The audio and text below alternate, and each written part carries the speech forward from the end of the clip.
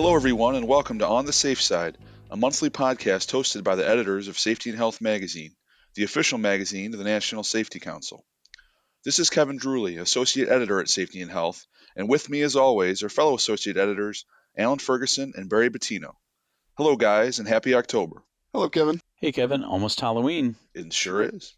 As we welcome you all to our October 2023 episode, number 44 in this podcast history, we also want to thank you for spending some time with us. These are busy days at the Council and in podcast land. We are fast approaching the 2023 NSC Safety Congress and Expo, set for October 23rd through 25th at the Ernest N. Morial Convention Center in New Orleans. If you haven't already, we invite you to please listen to a special episode of On the Safe Side previewing Congress and Expo. Will we see you in New Orleans? Visit congress.nsc.org or download our free mobile app on your smartphone for a thorough guide. We only ask that you refrain from doing so while moving about the convention center. We all know that's textbook distracted walking. We also know that many of you have had a unique journey into the safety profession, and we want to hear more about it for the My Story feature in our magazine. Submit your personal stories about how you got into the safety field by emailing us at safehealth@nsc.org. To view past My Story entries and catch up on all the news from around the safety world, visit our website, safetyandhealthmagazine.com. In this month's podcast, Alan will share the details of his feature story on respirable crystalline silica, a hazard in many industries beyond mining, in our deep dive segment. We also will be joined by Suzi Craig, VP of Workplace Mental Health at Mental Health America, for the latest installment of our 5 Questions With interview. And we also will share lessons from the past month in our aptly named What Did We Learn segment. Is everybody ready? Here we go.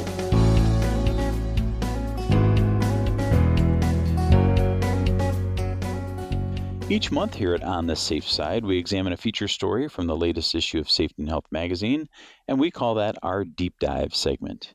In our October issue, Alan writes about respirable crystalline silica. What exactly is this workplace hazard, and who's at risk? Alan will tell us how this mineral, which is 100 times smaller than a grain of sand, can cause some very serious health problems for workers. Alan, could you please take our listeners on this very important deep dive? Yes, I will, Barry, and thank you so much for that introduction. So we decided to re-examine respirable crystalline silica, in part because in July, the Mine Safety and Health Administration published a long-awaited proposed rule to lower its permissible exposure limit. An official work on that rule began sometime in the late 90s, so it's a very long time, as these things can happen in the regulatory world. And part of the goal of this story was to provide some straightforward, somewhat basic information on respirable crystalline silica, which is a danger to about 2.3 million workers, according to OSHA. And we relied on the help from experts at NIOSH. Among them are David Weissman and Barbara Alexander, along with researchers from the agency's mining program.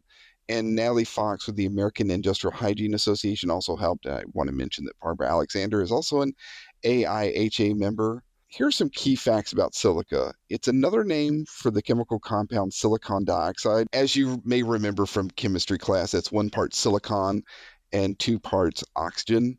And silica is commonly found in the world and around us in 2 main forms: crystalline, or structured, and amorphous, or unstructured. And the most common type of crystalline silica is quartz.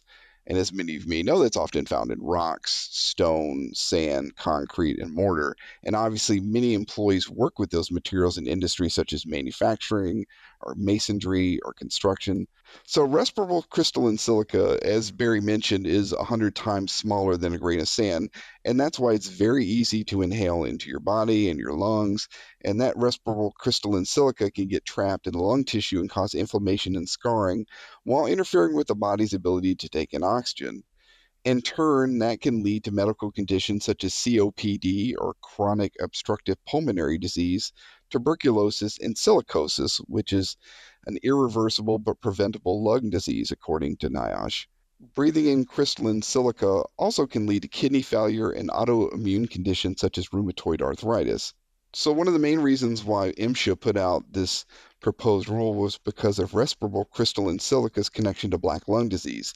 And there's been a rise in black lung because coal has been harder and harder to find and requires more and more cutting of the surrounding rock or stone. And that cutting kicks up silica dust into the air and then puts respirable crystalline silica into the lungs of some miners. You mentioned exposure limits in the proposed MSHA rule. Was wondering if you could just speak a little more about that. Certainly, the MSHA rule is trying to match the permissible exposure limits in the OSHA standards, which is 50 micrograms per cubic meter of air averaged over an 8-hour time-weighted average. And OSHA also has an action level of 25 micrograms per cubic meter. And MSHA's current permissible exposure limit is 100 micrograms per cubic meter, and the agency wants miners to have, quote, at least the same level of protections as workers in other industries. Again, that proposed rule was spurred in large part by an increase in black lung disease or coal workers' pneumoconiosis. A 2018 study from the University of Illinois Chicago found that nearly 4,700 coal miners had developed black lung disease since 1970, and about half of those cases have occurred since 2000.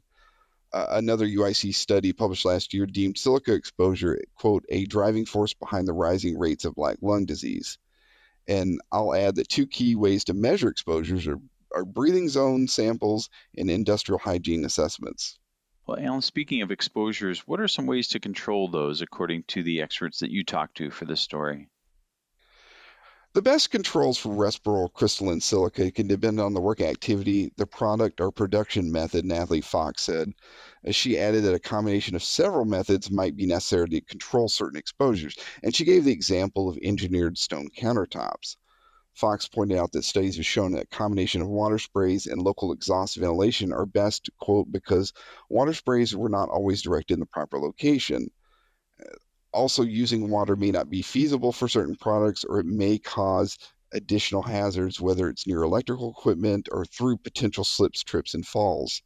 And Table 1 in OSHA's standard on silicon construction details engineering controls, work practices, and respiratory protection for certain tasks. And the NIOSH experts also noted that OSHA regulations require engineering and administrative controls to be used before the use of personal protective equipment, quote, unless they're unfeasible. The aforementioned use of water to reduce dust and local exhaust ventilation are two examples of engineering controls, and administrative controls for respirable crystalline silica can include limiting the number of employees in a hazardous area, avoiding practices such as dry sweeping or cleaning surfaces with compressed air, and posting signs to alert workers of hazards. So, as always, respirators are usually the last line of defense and shouldn't be relied on as the only defense, the NIOSH experts stressed. Quote, unfortunately, many things can go wrong with respirators, such as not wearing them when needed, not functioning properly, not fitting properly, and so on. So they must be used in the context of a comprehensive respiratory protection program to minimize the chance of something going wrong. Well, thank you so much, Alan, for your work on this story. To read this feature, as well as other news from around the safety world, please pick up the October issue of Safety and Health magazine, or you can visit us online at safetyandhealthmagazine.com.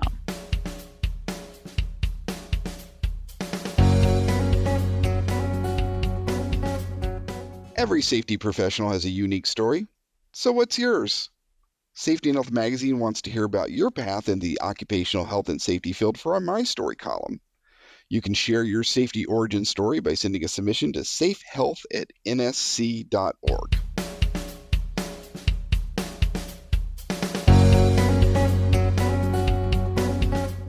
Two-thirds of the more than 11,000 respondents to a recent survey commissioned by Mental Health America disagreed with the following statement: my company's leadership speaks openly about mental health in my workplace. Normalizing respectful conversations and attitudes around mental health concerns is an ongoing journey. Today, we'll learn more about steps workers and employers can take to this end as we speak with Suzi Craig for the latest installment of our 5 Questions With interview. Suzi serves as VP of Workplace Mental Health at Mental Health America, an advocacy group based in Alexandria, Virginia. Her prior experience includes work as Chief Strategy Officer at Mental Health Connecticut, an affiliate of MHA. Suzi, we welcome you to the podcast and thank you for joining us. It's great to be here. Thanks, Kevin. To start off, many experts say employers should prioritize workers' mental health equally with their physical health. Why is it so important to understand everything at play with mental health in the workplace? Sure. So at Mental Health America, we take a whole health approach. We take a preventative approach. We are hoping that companies and others will step back and think about, what is it that people need to make sure that they are healthy and well overall. And when it comes to thinking about the health of your organization, it doesn't matter what industry you're in, it's people. So far, we're people that are still running the organizations, right? And I think we're in a different time. I'm a Gen Xer, and back when I was starting my career, these conversations really were not happening at all.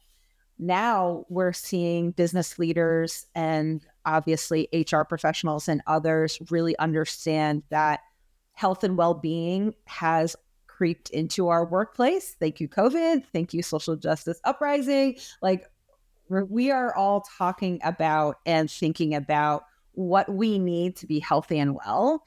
And the workplace has a role to play in that. And I think it's also really important for leaders to understand that there's ROI attached to this as well, right? Yes, it's the right thing to do. And also investing in the health and well-being of your people will lower your healthcare costs. It'll increase engagement. It'll increase productivity. It'll lower turnover. It'll attract the younger generations of talent who are expecting to be in a workplace environment that is supporting their health and well-being. So that's a long way of saying that the work environment, whether you're remote or in person or both, some of us are hybrid, that work environment is really impactful to our health and well-being. Suzi, could you describe some ways that employers can better support their workers' mental health? Sure. So big question. Every work environment is different. If you think about, from the manufacturing floor and, obviously OSHA and physical safety, and I know we'll get into that topic in a little bit, those things are always top of mind. That's a different type of environment than the corporate environment where someone is working from their home all day long, right? But the basic principles are the same. What we found in our research is that the core elements of building a psychologically, emotionally safe environment is investing in your managers, investing in the ability for that workplace to build trust and support, making sure that there's effective communication, making sure that folks actually can raise their hand when they're struggling and say, hey, I need a break, right? Not every environment is allowing folks to do that. And so what happens is people may look for another job, not tell you why, but it could be a mental health reason. I think it's really important for leaders to know that this affects all of us in some way, shape, or form, right? 1 in 4 in any given year are going to be dealing with a mental health issue. But stress and burnout affect all of us, right? That, when Mental Health America talks about prevention and intervention, we want to make sure that everyone in the community and business leaders and organizations have a part to play in the community are focused on prevention and intervention, because that's going to help all of us at the end of the day get ahead of this, right? And again, back to breaking the stigma and really making sure that you're setting the stage for people to let their managers and HR know when they're not doing well. That will help us get ahead of all of these healthcare costs and everyone's health and well-being, and making sure that people get what they need to lower that stress and prevent that burnout. So we often hear about the stigma associated with mental health disorders. What guidance could you offer about overcoming these barriers? Oh, that's not a small question, right? But I appreciate the question. Stigma sets up for discrimination. I think we need to stigma is a tough word because it can feel sort of nebulous and ambiguous and a little bit, really challenging or difficult to get at. Like, how do I get at stigma? One of the best practices, and there's many that we have found in our research and working with companies directly, one of the best practices that we found is when leaders walk the talk, when they stand up and say how they've struggled in the past, or they share their story. It doesn't have to be the CEO, but anyone on leadership and C-suite, that really builds trust. That opens the door. It allows someone to say, oh, okay, it's safe here for me to share what I'm going through as well. It sounds For some folks, it sounds really difficult because you're, choosing to be vulnerable. You're choosing to put yourself out there. But I can tell you in the companies that we've worked with, and I'm working with a company right now whose CEO is so passionate about making sure mental health is essential to their workforce. They share their story directly. They encourage managers and others to share their stories openly. And they do it on the regular, right? And it's that best practice that we've seen that helps to set the stage for creating that healthy workplace environment. Another non-small question, most likely. What is psychological safety, and how does it relate to mental health? Great question.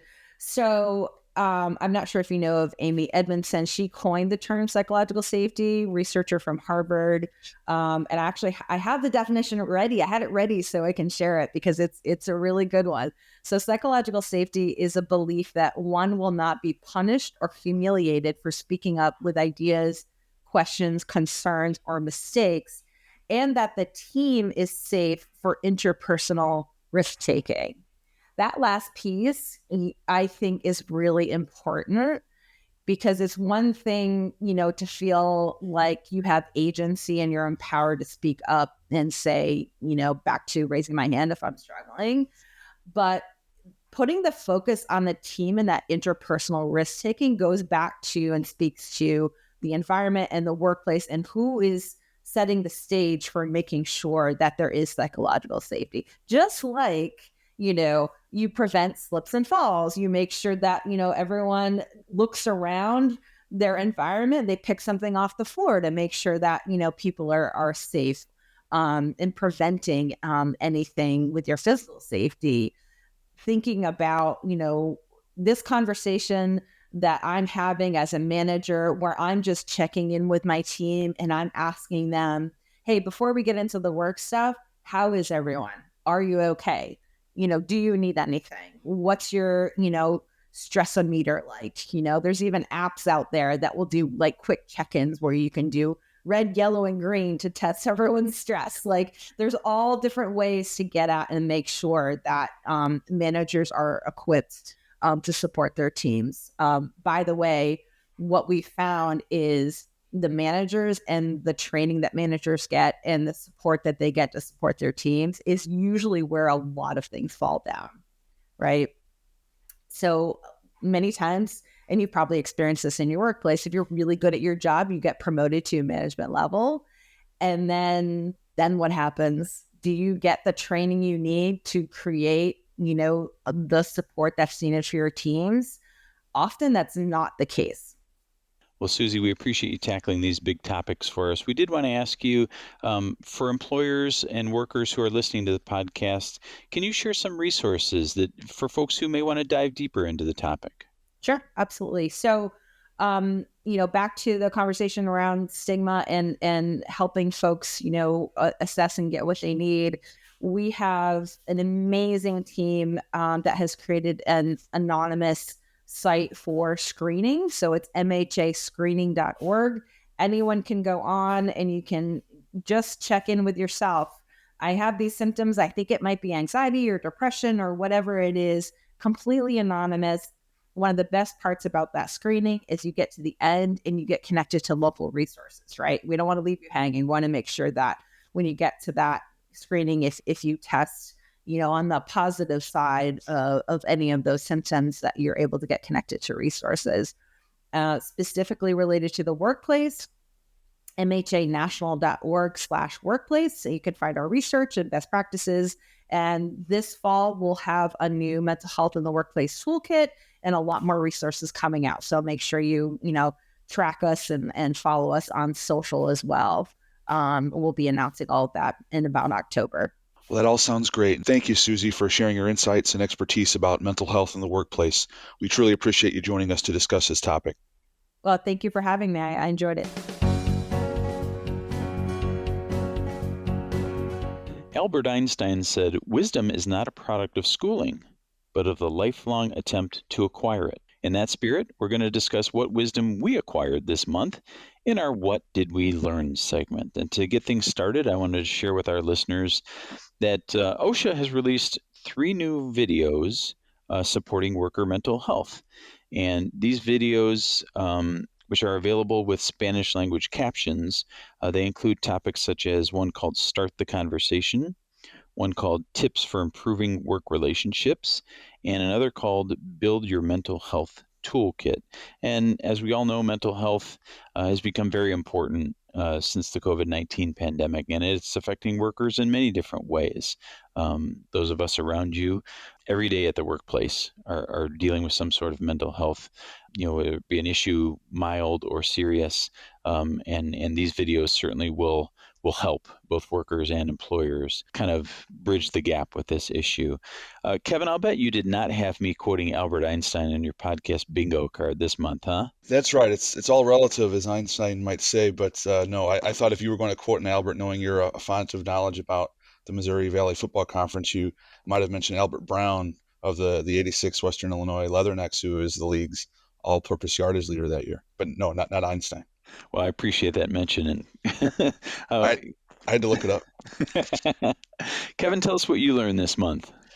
Absolutely. Well, first did learn quite a bit about silica. I'll not go with the first 2 descriptors of that because I know we were joking about that as we recorded, but do a fair amount of the MSHA coverage and the quarterly stakeholder calls, and certainly silica is big again on the mining radar. As Alan said, it's been in development for a quarter century, but just in addition to boiling down the mineral, but also just how it is applicable to so many other industries in addition to mining. So we get the proofs of these pages before you see them in the magazine. So it was certainly interested to read about that. Elsewhere, with Congress reconvening after Labor Day, we're doing a little more legislative coverage, and just there were a couple pieces that were of interest. One of them out of the Senate would make physical assaults on healthcare workers subject to federal penalties and up to 20 years of jail time. There was another bill that was introduced in the House, and something that the Safety Council endorses and is behind, but that would direct OSHA to create employer guidance on acquiring opioid overdose reversal medications and training workers on how to use them. And NSC, of course, is very involved in that sphere and has a collection of resources out there called the Respond Ready Workplace Program that, again, includes information and resources, namely about naloxone, which is an over-the-counter nasal spray. Alan, how about you? What did you learn this month? Yeah, that's an extremely important topic. Speaking to the Mine Safety and Health Administration, there's a final rule that's currently under review by the White House Office of Information and Regulatory Affairs, and it went to review on September 8th. And it's one of the final steps in the regulatory process. It would require mine operators to have written safety programs for mobile and powered haulage equipment. That's powered haulage, I know, is a big focus for MSHA.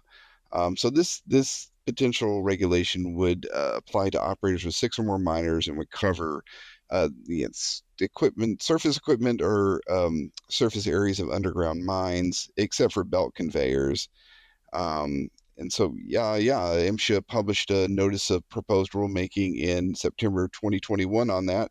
So, they're making progress, and you never know how long these reviews are going to take. Sometimes they take 30 days, sometimes they take a year. So that's definitely something to be on the lookout for.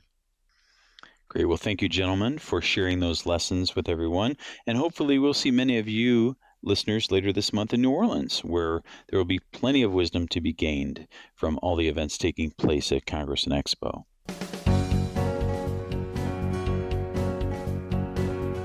Thank you, everyone, for joining us for this month's podcast. We know that your time is valuable, and we appreciate you spending just a bit of it with us each and every month. We encourage you to visit safetyandhealthmagazine.com/podcasts to check out all of our past episodes. That includes episode number 17, during which we talk about using humor in safety. Also, we'll be doing a live podcast at Congress and Expo on Monday, October 23rd. You can find us at 1:30 p.m. local time at the NSC booth, which is number 2419. And we hope to see you all in New Orleans. We'd appreciate you rating, reviewing, and spreading the word about this podcast. To find stories such as Alan's feature on silica and all of the latest news from around the safety world, check us out at safetyandhealthmagazine.com. Also, make sure you follow us on your favorite social media channel. Original music for this podcast was composed by Steve Maslin. Thank you so much, Steve. And a big thank you to all of our NSC colleagues behind the scenes who make this podcast go. We'll be back next month to have more safety-related discussions, talk to trusted voices from around the profession, and hopefully make you smile a little. In the meantime, please stay on the safe side.